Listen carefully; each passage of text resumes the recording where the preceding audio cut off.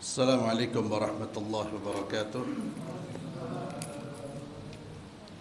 Innal hamdalillah nahmaduhu wa nasta'inuhu wa nastaghfiruh wa na'udzu billahi min shururi anfusina wa min sayyiati a'malina. May yahdihillahu fala mudilla lahu wa man yudlil fala hadiya lahu. Wa asyhadu an la ilaha illallah wahdahu la syarika lahu. وأشهد أن محمدا عبده ورسوله لا نبي بعده وبعد. Ikhwani fillah azzalallahu wa iyyakum. Terkait dengan masalah ghibah, ada pembahasan tentang bagaimana pelaku ghibah itu bertaubat. Bagaimana cara dia bertaubat kepada Allah. Untuk kafarah ghibah, ketahuilah bahwa pelaku ghibah yakni orang yang menggunjing saudaranya telah melakukan dua kejahatan. Yang pertama terhadap haknya Allah, karena dia melakukan apa yang dilarang oleh Allah Subhanahu wa ta'ala. Bagaimana kita bertaubat dari perbuatan dosa yang terkait dengan haknya Allah? Maka taubatnya adalah dengan menyesali dan bertaubat dengan sungguh-sungguh. Syarat taubat sebagaimana disebutkan oleh Imam Nawawi, jika terkait dengan hak Allah, dia sesali, dia tinggalkan perbuatan itu. Dan yang ketiga, bertekad untuk tidak mengulang. Itu cara bertaubat. Kemudian yang kedua, pelaku ghibah telah melakukan kejahatan yang kedua, yaitu terhadap kehormatan makhluk. Terhadap kehormatan makhluk. Bila ghibah sudah sampai kepada korban, artinya orang yang kita ghibai tahu bahwa dia dighibai. Orang yang kita gunjing, orang yang kita rasani itu tahu bahwa kita ngerasani dia. Maka tobatnya gimana? Dia harus datang dan meminta maaf kepadanya dan memperlihatkan penyesalan atas perbuatannya. Berdasarkan hadis dari Abu Hurairah radhiyallahu anhu, di mana Abu Hurairah meriwayatkan dari Nabi sallallahu alaihi wasallam bahwasanya beliau bersabda, "Man kanat 'indahu madlamatun li akhihi min malin aw 'irdin falyatihi falyastahillaha minhu qabla an yu'khad وَلَيْسَ عِنْدَهُ دِرْهَمٌ وَلَا دِينَارٌ فَإِنْ كَانَتْ لَهُ حَسَنَاتٌ أُخِذَ مِنْ حَسَنَاتِهِ فَأُعْطِيَهَا هَذَا وَإِلَّا أُخِذَ مِنْ سَيِّئَاتِ هَذَا فَأُلْقِيَ عَلَيْهِ. Nabi bersabda, barang siapa melakukan kezaliman terhadap saudaranya, baik terkait dengan harta atau kehormatan, maka hendaknya menemuinya lalu meminta dimaafkan. Dimaafkan. Sebelum dia dihisab di mana tidak lagi bermanfaat dinar maupun dirham. Bila dia mempunyai kebaikan-kebaikan, maka sebagian darinya diambil dan diberikan kepada orang yang dizalimi. Bila tidak, maka keburukan orang yang dizaliminya akan ditimpakan kepadanya. Jika seorang muslim melakukan perbuatan zalim yang menyangkut kehormatan saudaranya, orang tersebut merasa terzalimi, kita wajib datang cara meminta maafnya. Ya. Maka kalau kita menggonjeng seseorang, orang yang kita gonjeng itu tahu kita menggonjengnya, tobatnya tidak cukup minta maaf kepada Allah. Ya, selain minta maaf kepada Allah, minta maaf kepada yang bersangkutan, minta dihalalkan. Bila ghibah belum sampai kepada korban, maka sebagai ganti meminta maaf adalah memohonkan ampunan baginya agar tidak mengabarkan sesuatu yang tidak diketahuinya yang bisa membuat dadanya menjadi sempit. Jadi kalau yang bersangkutan tidak tahu kita ngerasani, tidak tahu kita gonjeng, maka cara tobatnya jangan datang ke dia. Karena dia tidak merasa terdolimi. Dia tidak merasa terambil haknya atau tidak merasa dirusak kehormatannya. Dia tidak merasa sama sekali. Cara taubatnya kata para ulama, dan ini insya Allah pendapat yang kuat, cara taubatnya tidak perlu mendatangi yang bersangkutan. Tapi apa yang dia lakukan?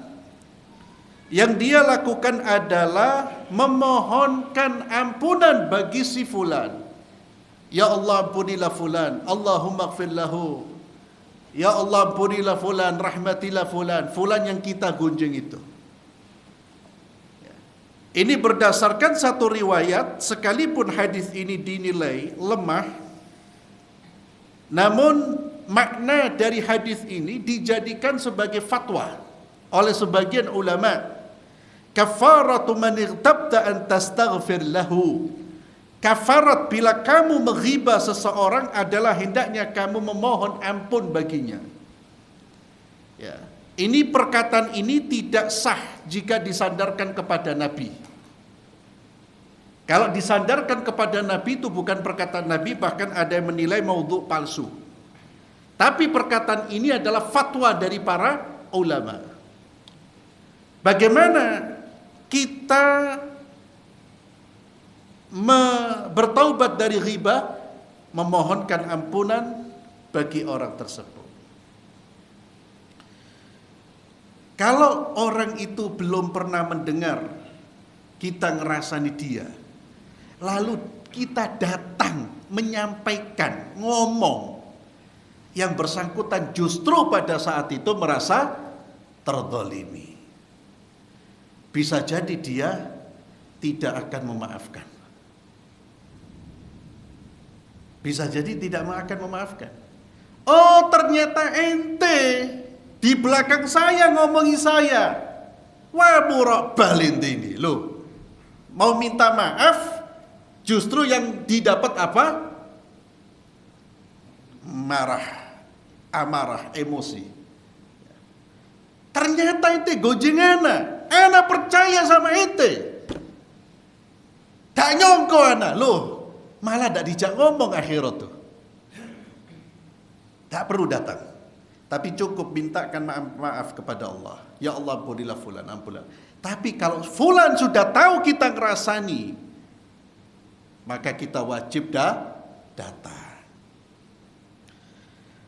Mujahid berkata, rahimahullah, bila kamu memakan daging saudaramu, yakni ghibah, maka kafaratnya adalah memujinya dan mendoakan kebaikan untuknya.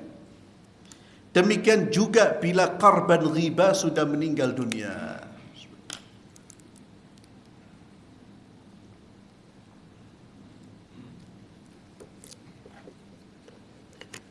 Kalau korban ghibah sudah meninggal dunia, bagaimana kita bertaubat?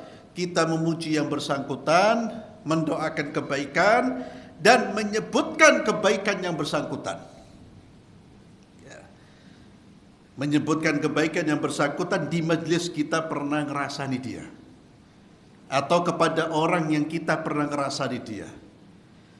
Itu kalau orang itu tidak mendengar, atau dia mendengar tapi sudah meninggal dunia. Ini fatwa dari Mujahid rahimahullah. Ikhwani fillah azallahu wa iyyakum. dari kafarah penebus dosa perbuatan riba ini, kita lihat bahwa perbuatan riba ini selain dosa besar, juga taubatnya lebih susah dibandingkan dengan dosa yang tidak ada kaitannya dengan haknya makhluk. Dosa yang hanya haknya Allah Subhanahu wa ta'ala itu lebih mudah taubatnya. Taubatnya lebih mudah. Karena dia cukup menyesali, meninggalkan perbuatan tersebut dan bertekad pada saat dia bertobat. Bertekad untuk tidak mengulangi. Itu kalau dosa dia antara dia dengan Allah. Tapi kalau dengan makhluk, maka dia wajib meminta maaf. Ikhwani fillah, kalau dosanya bukan dosa riba, ya, tapi dosanya mengambil hartanya, sekalipun orang itu tidak tahu hartanya diambil, apakah kita tidak perlu mengembalikan hartanya? Perlu, harus dikembalikan. Kalau harta tidak bisa dan dikembalikan, itu materi, sesuatu yang hilang, ya, dikembalikan. Jadi tidak sama dengan menggunjing. Menggunjing itu tidak ada materi yang diambil. Kalau harta itu ada harta yang diambil, dan biasanya kalau harta itu orang merasa kehilangan. Biasanya orang merasa kehilangan, walaupun dia tidak tahu siapa yang ngambil. Biasanya orang kalau harta itu lebih teliti. Walaupun dia tidak dengar hartanya diambil, dia hitung, loh kok tidak ada harta saya. Ya. Loh kok ini sudah berpindah tangan. Maka wajib dikembalikan. Ya. Kemudian penyakit ke-9 dari penyakit lisan adalah namimah. Namimah yang kita kenal dengan istilah adu domba. Adu domba artinya menimbulkan, menciptakan permusuhan di antara dua orang.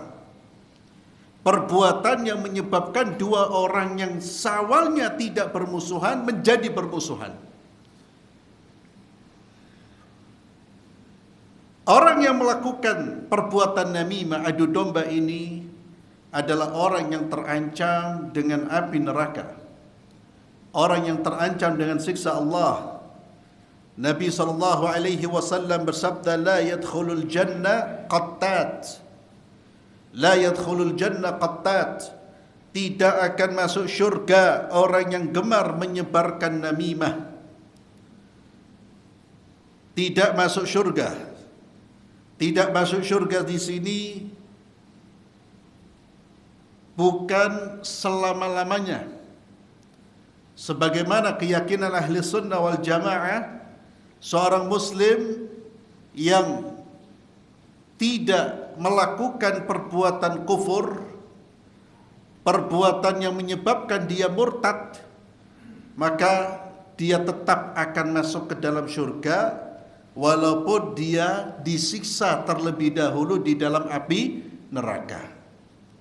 Selama dia tidak membatalkan la ilaha illallahnya, dia tidak melakukan perbuatan-perbuatan yang menyebabkan kekafiran, nawaqidul Islam, perbuatan-perbuatan yang bisa membatalkan keislamannya, maka dia tetap bisa masuk syurga, walaupun masuknya ke dalam syurga itu tidak secara langsung.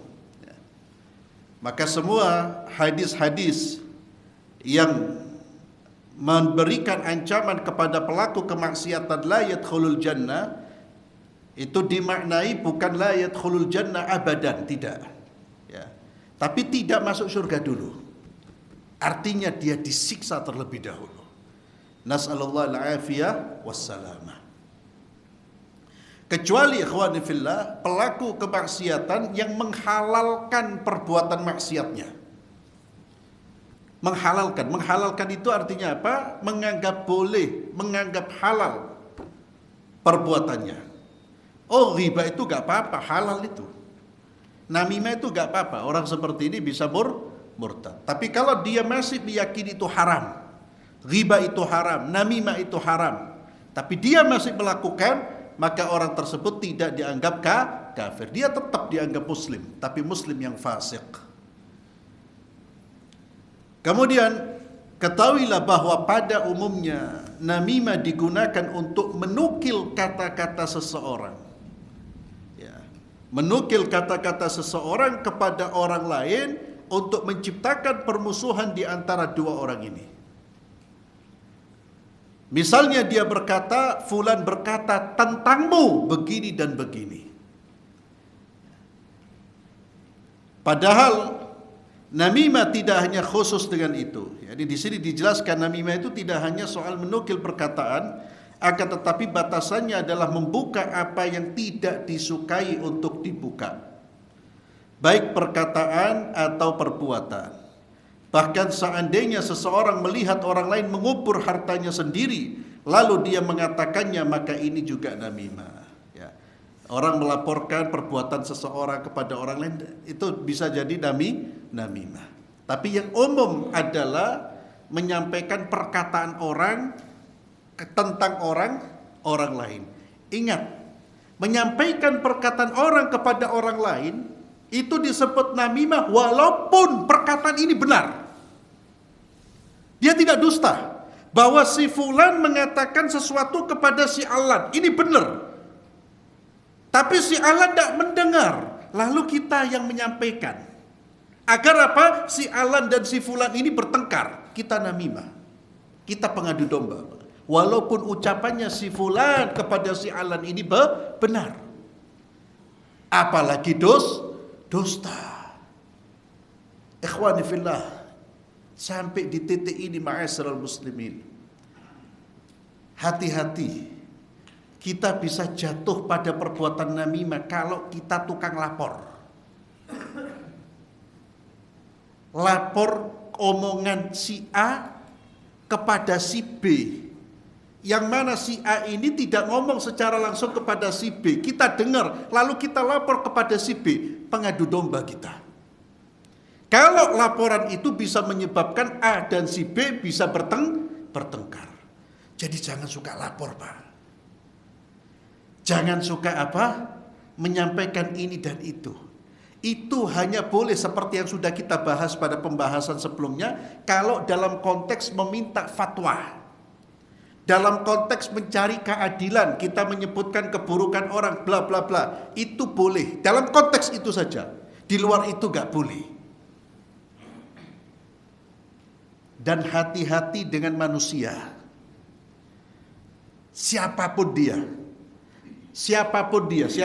itu, walaupun dia penampilannya saleh, kalau sudah datang ke kita, Ustadz, ada Ustadz ngomong tentang inti, ada orang ngomong tentang inti, ya fulan ada orang ngomong tentang inti, orang seperti ini Pak, hati-hati.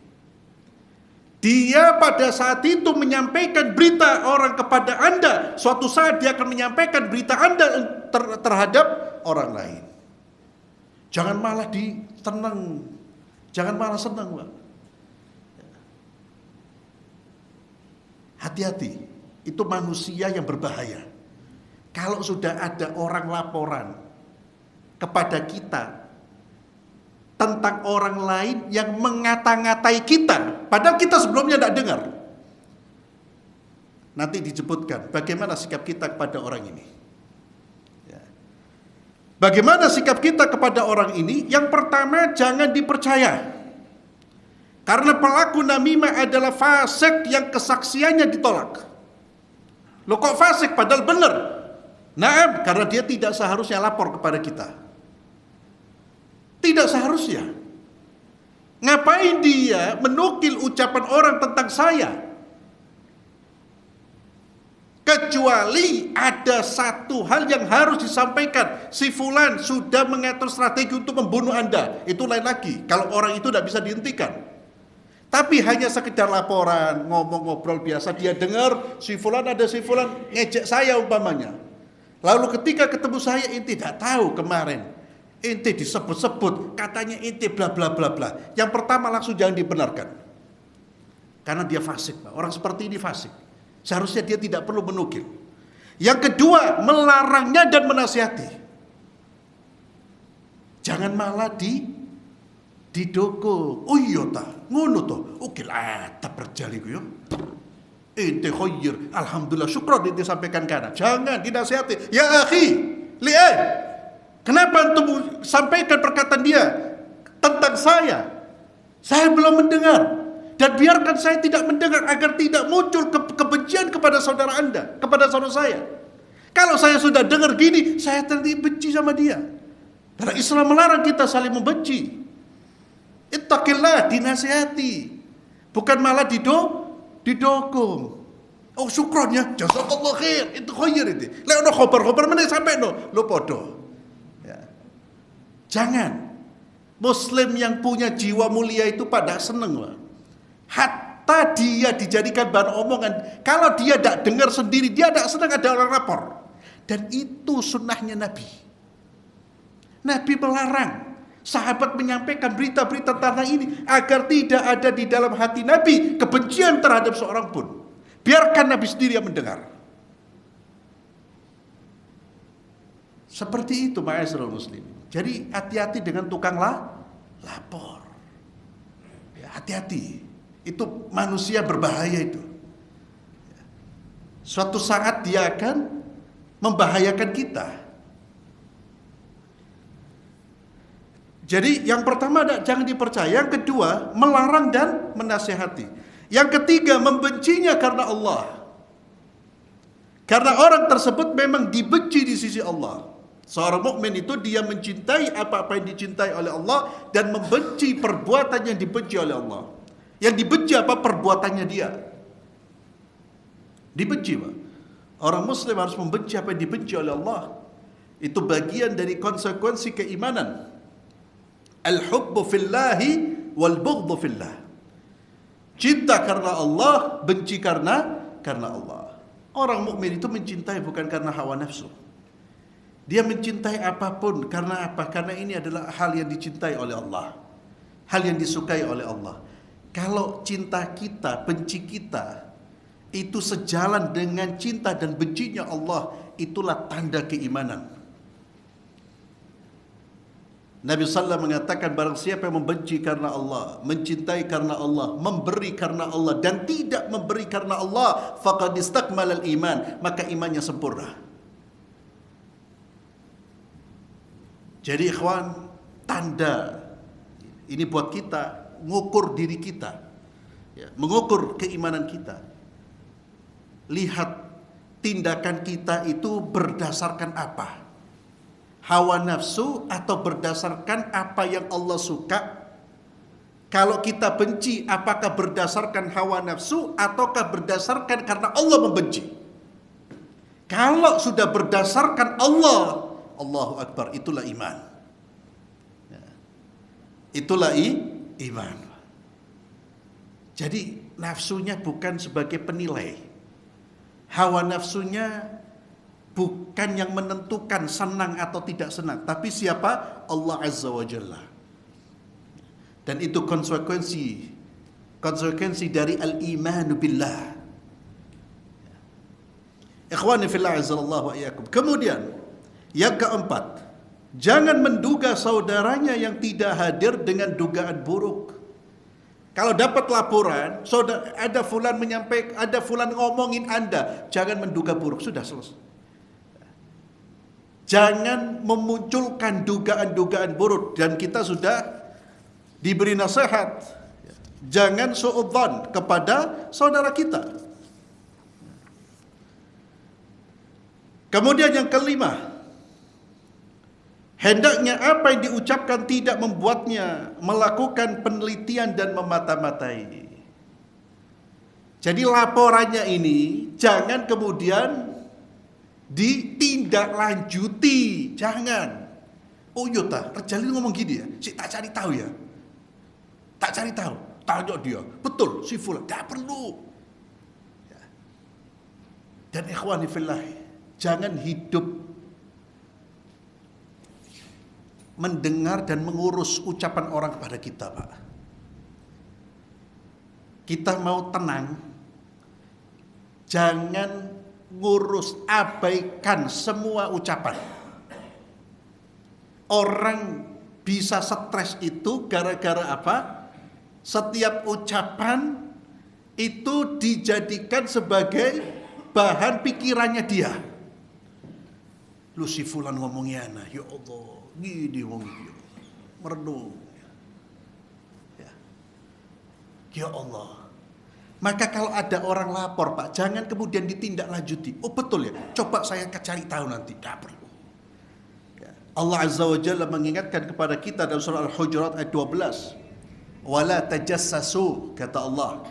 Dan janganlah kamu mencari kesalahan orang lain. Jangan dicari, Pak. Kesalahan itu diperbaiki kalau kita melihat, mendengar secara langsung. Perbaiki. Tapi kalau tidak melihat, mendengar secara langsung, tidak perlu dicari-cari. Termasuk omongan-omongan orang lain kepada kita, gak perlu dicari-cari. Buang-buang waktu, gak ada manfaatnya. Lebih baik mencari kalamullah, mencari ayat-ayat Allah, mendengarkan ayat-ayat Allah, menyibukkan diri dengan mempelajari ayat-ayat Allah. Itulah jalan keselamatan. Kalamun nas ma yanfa'. Kalamnya menungso ini tidak bermanfaat. Mereka mau menghina Anda, tidak akan bermanfaat apapun. Mau memuji Anda, tidak akan bermanfaat apapun. Mulia dan tidaknya itu ada di tangan Allah.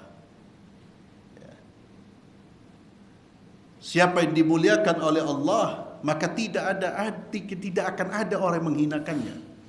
Dan siapa yang dihinakan oleh Allah, tidak ada seorang pun yang bisa mengangkatnya menjadi orang yang mulia.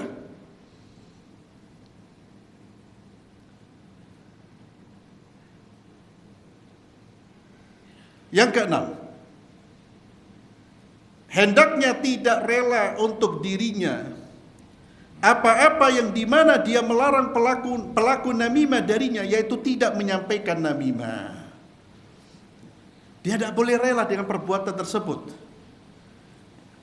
Maka kita pun tidak boleh melakukan perbuatan yang sama.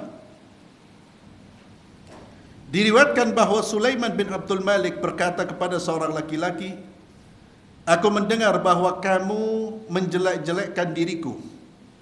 Kamu berkata tentangku ini dan itu." Laki-laki itu menjawab, "Aku tidak melakukannya." Sulaiman berkata, orang yang menyampaikan kepadaku adalah orang yang jujur. Laki-laki itu berkata, orang ahli namimah tidak ada yang jujur. Ya. Faham, Ustaz? Jadi ada orang yang menyampaikan kepada Sulaiman bin Abdul Malik bahwa ada laki-laki yang ngata-ngatain dia. Maka Sulaiman mengatakan kepada orang yang diceritakan bahwa orang itu ngata-ngatain dia, "Kamu berkata tentangku ini dan itu." Laki-laki itu mengatakan tidak. Lalu kata Sulaiman, orang yang menyampaikan berita ini orang jujur loh. Dia tidak mungkin berbohong. Maka kata laki-laki dia apa? Kalau dia melakukan itu, menyampaikan omonganku, dia pembohong. Nah, pelaku namimah itu pembohong. Kata Sulaiman bin Abdul Malik, engkau benar. Maka pergilah dengan selamat. Ikhwani fillah, Sulaiman bin Abdul Malik ini pemimpin, Pak. Dan di masa Bani Umayyah itu ada pemimpin-pemimpin yang mereka punya banyak kebaikan. Ya, mereka terus menyebarkan Islam, menegakkan jihad, memerangi musuh-musuh Allah. Tapi dalam perilaku sebagian pemimpinnya itu keluar dari syariat Allah subhanahu, perilakunya, kebijakannya tetap Islam. Dan salah satu kelemahannya apa pada saat itu, kalau ada orang berani ngeritik, selesai sudah. Ya. Dan itu sampai sekarang di negara-negara Arab, Pak. Ngeritik, habis. Tidak peduli dia ulama atau siapa, keras. Mereka tetap untuk kebijakan publik, tetap syariat Islam diangkat. Tapi jangan mengkritik kebijakan atau pribadi khalifah. Ini diantara hal yang menonjol dalam masa-masa kekhalifahan Bani Umayyah, Bani Abbasiyah. Tapi tidak semua, ada pemimpin seperti Umar bin Abdul Aziz rahimahullah. Ya. Kemudian, sehingga dulu banyak ulama di penjara, Pak. Dan antum tahu di penjara kenapa? Ya selain mungkin bukan mengkritik terang-terangan, tidak. Ya berbicara apa-apa dianggap menyelisihi, dianggap menyinggung. Dan diantara ulama di penjara kenapa? Karena dipaksa jadi hakim, tidak mau ulama itu. Dipaksa jadi qadhi. Qadhi itu jabatan tertinggi, Pak. Jadi dipaksa, ulamanya nggak mau di penjara. Sekarang orang dikasih jabatan. Loh, dikasih tambang royokan, enggak karu-karuan. Tukaran. Ya, itu lama dulu, Pak. Sampai di penjara itu bukan karena apa? Gara-gara menolak jabatan. Di penjara, Pak. Pokoknya khalifah itu keinginannya jangan ditolak. Itu prinsip mereka. Ya. Dan ini sampai sekarang antum lihat, Pak, di negara Timur Tengah itu sebagian seperti itu. Kritik itu satu hal yang dianggap kejahatan itu. Ya, diciduk selesai, masuk penjara, hilang sudah namanya. Kemudian Yahya bin Abu Katsir berkata, pelaku namimah dapat merusak dalam satu hari apa yang tidak mampu dirusak oleh penyihir dalam satu bulan. Allah, sahih. Sihir itu merusak.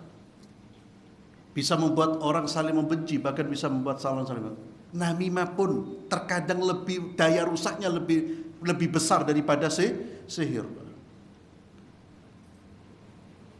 Ikhwani fillah, orang bisa satu kampung bisa bentrokan gara-gara berita. Gara-gara ada yang ngomporin, Pak. Satu wilayah bisa saling menumpahkan darah gara-gara lisan manusia yang ingin menimbulkan kerusakan. Para pelaku adu domba. Pelaku adu domba ini jahat. Bagaimana dia merusak rumah tangga. Dia bisa merusak kehidupan bermasyarakat. Dia bisa merusak kehidupan bernegara. Itu pelaku adu domba. Di sana menyampaikan ini, di sana menyampaikan itu. Orang akhirnya apa? Bertikai. Antum lihat sekarang. Kita lihat konflik itu di negara kita nih, Masya Allah.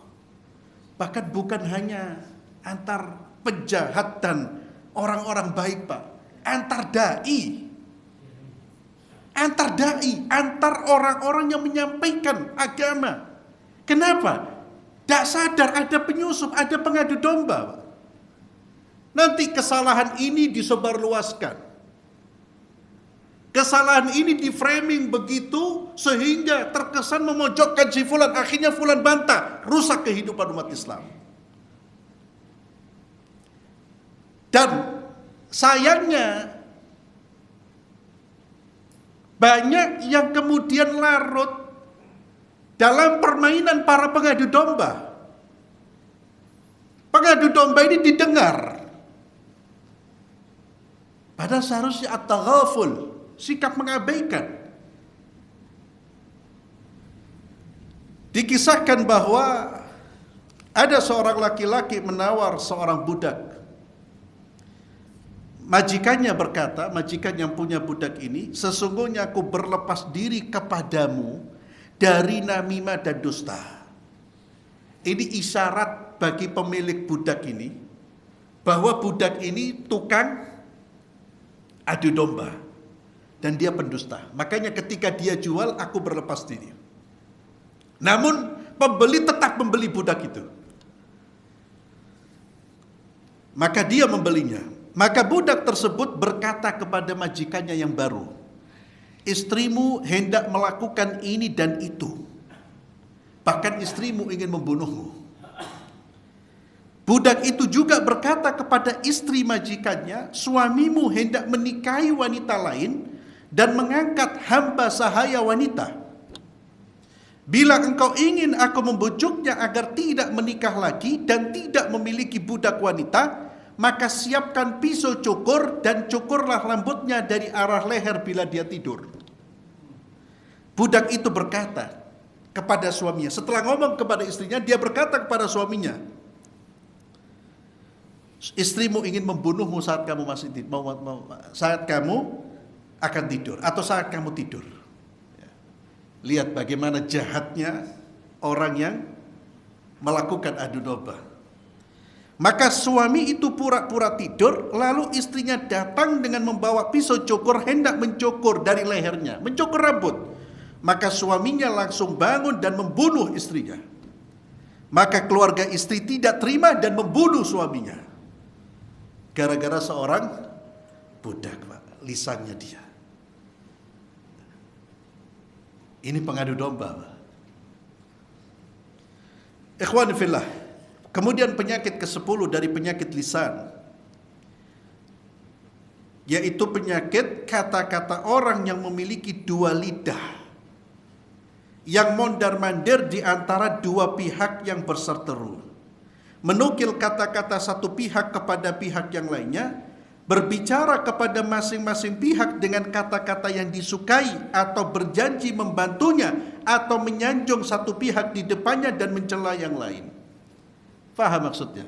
Kalau namimah tadi, kedua orang ini belum tukaran, gara-gara dia jadi bertengkar. Kalau ini berseteru, dua-duanya berseteru, dia di sini lidahnya manis seolah-olah mendukung fulan, di sana manis juga seolah-olah mendukung fulan. Ya, ini dua lisan. Nabi SAW bersabda, Inna syarran nasi dhul wajhain alladhi ya'ti ha'ula'i biwajhin wa ha'ula'i biwajhin. Sesungguhnya manusia paling buruk atau paling jahat adalah pemilik dua wajah, yang datang kepada pihak ini dengan satu wajah dan datang kepada pihak yang lain dengan wajah yang lain. Nabi menyebut mereka sebagai apa? Syarrun nas, seburuk-buruk manusia. Di depan saya membicarakan musuh saya. Oh iya, si fulan kada wa kada, si fulan kada. Dia bersikap manis di depan saya. Nanti ketika dia berada di musuh saya, di pihak musuh saya, dia seolah-olah bersamanya dan menjelek-jelekkan saya. Ya. Ini juga disebut manusia apa? Sekarang ini penjilat. Dan paling banyak orang-orang yang berkecimpung dalam dunia politik. Ya, penjilat, Pak. Hari ini bisa mendukung, besok bisa jadi musuh. Besoknya lagi bisa dukung, besoknya lagi bisa musuh. Ya. Oh, penjilat itu luar biasa. Kalau dulu itu penjilat itu Pak malu-malu, isin-isin. Sekarang belak-belakan jilat itu. Karena kita sudah kehilangan satu moral benteng bagi seluruh manusia, itu al-haya, sifat malu. Sekarang tidak ada orang malu. Ya, bukan tidak ada ya, masih banyak insya Allah. Tapi yang menjadi public figure ini, yang muncul ini kita lihat Pak, hilang rasa malunya. Bohong, bicara dusta, ngelabui orang, janji-janji tidak dipenuhi, itu enteng banget. Dusta berkali-kali itu biasa. Kenapa? Karena banyak pendukungnya. Pendukungnya karena pendusta juga. Karena sudah banyak pendusta, sehingga pendusta itu tidak merasa takut, tidak merasa asing. Kenapa? Karena masyarakat sudah banyak berdusta.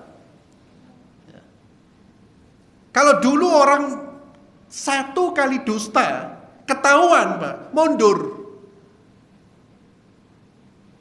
Di sebagian negara, pejabat melakukan kesalahan, mundur.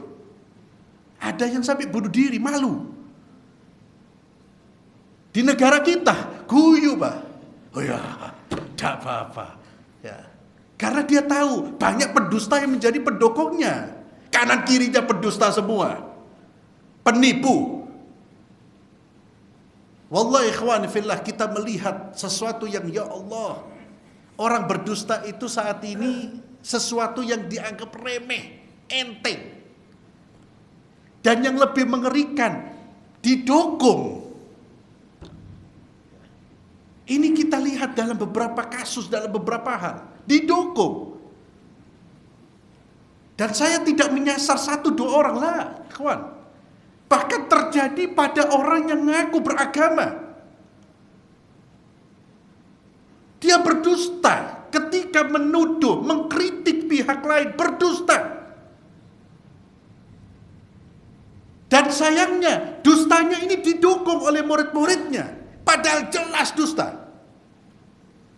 Ikhwan fillah. Ngeri, Pak. Yes. Karena saya pernah masuk, mengingatkan. Ada satu, saya tidak perlu nyebut, Pak. Pokoknya, ya, intinya mengkritik salah seorang ulama. Bukan mengkritik, mencela bahasa saya. Dan pendapatnya gini, saya tahu ulama itu tidak mengatakan dan saya punya buktinya. Saya kirim, Pak. Ya akhi, ittaqillah. Ini media sosial. Antum tidak benar ngomong seperti ini. Saya kirim buktinya, bukti tulisannya ulama yang bersangkutan itu. Bisa dicek. Apa yang terjadi? Saya malah dihujat. Saya kaget ini, ya Allah. Ini orang beragama ini. Kaget saya itu. Ya Allah. Ini saya membawa bukti. Artinya betapa ringannya dusta itu. Dan murid-muridnya itu ikut semua. Oh ini aliran ini macam-macam. Allahu Akbar. Saya bilang, ya Allah, kok tidak wedi, tidak takut sampean ini, Pak. Kalaupun Anda benci orang Islam itu, kalaupun benci, satu bencinya karena Allah, yang kedua dia tidak boleh berbuat zalim. Wala yajrimannakum syana'anu qaumin ala alla ta'dilu, i'dilu huwa aqrabu littaqwa. Orang Muslim itu punya jiwa yang mulia, dia tidak berani berdusta. Abu Sufyan saja ketika masih musyrik, ketika menghadapi siapa? Heraklius ya. Ditanya tentang Nabi Muhammad SAW. Dia pada saat itu menjadi musuhnya Nabi. Sadar musyrik. Ditanya tentang Nabi, dia tidak berani berdusta. Apa kata beliau? Saya bisa berdusta, tapi saya tidak mau berdusta. Karena aib bagi pemimpin, bagi orang Quraisy berdusta. Itu musyrik, aib. Ini ulama katanya dusta. Ya bukan ulama sih, ya orang belajar agama. Sampai di situ kita menilai, ya Allah, ada masalah dengan moral kita ini. Ada masalah, ada problem ini. Kalau orang-orang yang belajar agamanya terkadang tidak mengindahkan kejujuran, bagaimana dengan yang tidak mengerti agama? Bahkan kadang-kadang yang tidak ngerti agama lebih jujur. Lebih jujur. Na'udzubillah. Ini ikhwan, ketika melihat hal seperti itu, kita pun menyesalkan. Ketahuilah bahwa hal ini adalah bagi orang yang tidak terpaksa melakukan hal itu. Adapun bila dia terpaksa dalam keadaan darurat, ketika bersikap lunak di depan penguasa maka boleh. Terpaksa itu apa? Kalau dia tidak bersikap lunak, habis nyawanya. Boleh, Pak. Kalau sampai nyawa terancam, dia boleh. Ya. Di depan orang yang dia benci, dia boleh berpura-pura suka. Selama dalam kondisi darurat. Darurat itu apa? Nyawa terancam. Walaupun ada ulama-ulama kita yang memilih sikap kenceng, tetap. Ya. Abu Darda berkata, sesungguhnya kami menampakkan wajah berserih di depan suatu kaum, sekalipun hati kami melaknat mereka. Ya. Kata Abu Darda, sahabat, kami menampakkan wajah berseri di depan suatu kaum sekalipun hati kami melaknat. Artinya benci, ini orang yang dibenci. Tapi kita pura-pura senyum. Kenapa? Khawatir kezalimannya, keburukannya. Tetapi bila mampu memperlihatkan ketidaksetujuannya, maka harus.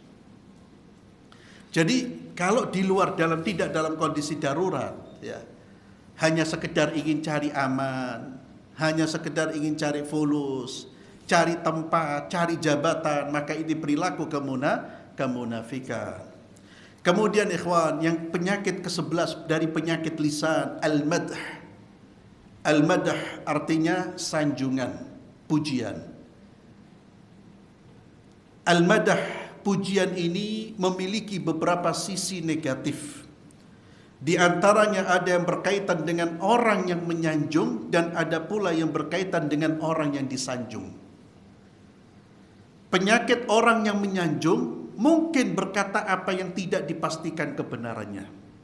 Dia memuji sesuatu yang belum pasti dan dia tidak mempunyai jalan untuk mengetahuinya. Misalnya dia berkata dia adalah laki-laki warak dan ahli zuhud, padahal dia tidak tahu benar apa enggak orang itu warak dan ahli zuhud. Terkadang menyanjung secara berlebih-lebihan yang menyeretnya kepada dusta. Ini biasanya perbuatannya penjilat.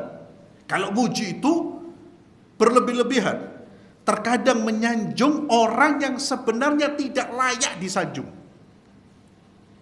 Itu sisi negatif dari penyanjung. Diriwayatkan dalam sebuah hadis, "Innallaha yaghdabu idza mudihal fasiq." Ya. Sekalipun riwayat ini dinilai lemah, namun maknanya benar. Sesungguhnya Allah murka bila orang fasik itu disanjung, Pak. Orang fasik, pelaku dosa, terang-terangan disanjung, Allah murka. Al-Hasan rahimahullah berkata, barang siapa mendoakan umur panjang kepada orang zalim, maka berarti dia suka bila Allah didurhakai. Ya. Jadi kalau ada penguasa zalim bukan dipuji-puji, Pak. Didoakan biar kembali ke jalan yang lurus. Itu salafus saleh. Semoga Allah memuji Anda. Oh, ini pemimpin hebat. Kalau zalimnya luar biasa. Zalimnya luar biasa. Mendatangkan kemungkaran. Memberi tempat kepada pelaku kemungkaran. Apakah bukan kefasikan itu? Bukan dipuji, didoakan hidayah. Didoakan agar mendapatkan petunjuk. Bukan dikata-katain, wah seolah. Itu hanya yang memuji-muji itu hanya penjilat.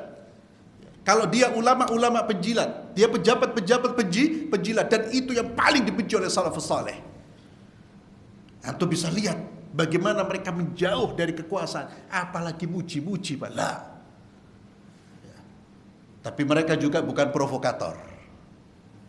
Bukan provokator itu, ayo gulingkan. Tidak, bukan itu.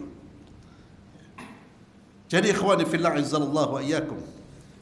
Maka kita diingatkan jangan sampai mendoakan usia yang panjang kepada orang yang berbuat zalim. Tapi didoakan agar dia diberi hidayah. Semoga Allah memberinya hidayah. Semoga Allah mengembalikannya ke jalan yang benar. Semoga Allah mencegah kezalimannya dan seterusnya. Wallahu a'lam bishawab. Insyaallah masalah penyakit lisan al-madh ini kita akan bahas, dan tentunya ikhwan nanti ada pembahasan bahwa pujian ini tidak mutlak dilarang. Ya, ada pembahasan secara rinci, ada pujian yang diperbolehkan, ada pujian yang tidak diperbolehkan. Tapi intinya Nabi melarang banyak memuji. Ya, banyak memuji, suka muji terus. InsyaAllah akan kita bahas pada pertemuan berikutnya. Kita akhiri dengan doa kafaratul majlis. Subhanakallahumma bihamdik, asyhadu an la ilaha illa anta astaghfiruka wa atubu ilaik. Assalamualaikum warahmatullahi wabarakatuh.